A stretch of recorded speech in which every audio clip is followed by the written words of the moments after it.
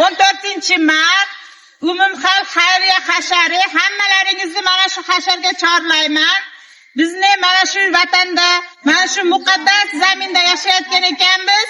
Barchamiz birgalikda ham do'st bo'lib, ham fikr bo'lib, hamkorlikda atroflarimizni tozalab, daraxtlarimizni oqlab, gullar ekib, atroflarimizni devorlarini oqlab, mana tandirxonalarni oqlab, birgalikda mana shu hasharni ko'tarinki ruhda, chiroyli, bayramona kayfiyatda birgalikda o'tkazishga chorlayman. Barcha mahalladoshlar, hamma umumiy hasharga, umumiy O'zbekiston mahallasidagi mahalladoshlar, ko'p qavatli uydagilar, xonadonlar, hamma hasharga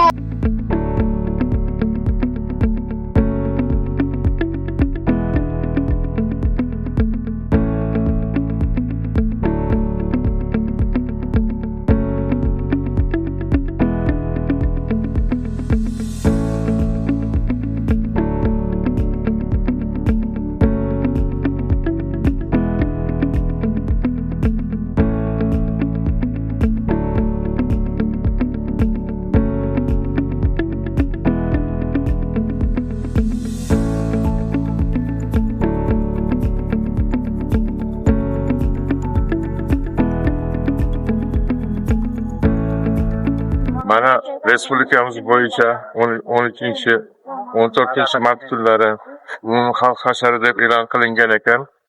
Biz mana Forish tumani inson ijtimoiy xizmatlar markazi xodimlari o'zaro shu reja tadbirga asosan mevali ko'chatlarni ekishga qaror qildik.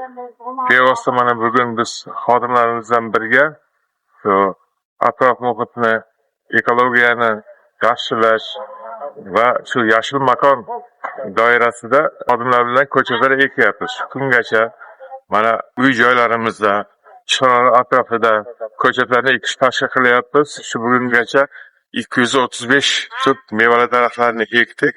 Hozirgi kunda shu mana ma'muriyat binosini oldida shu yangi mevali manzarali ko'chatlarni ekishni tashkil qilyapmiz xodimlar. Bevosita shu hasharda biz mehnat jamoamiz bilan hissamizni qo'shgandan xursandchiligimni bildirmoqchiman.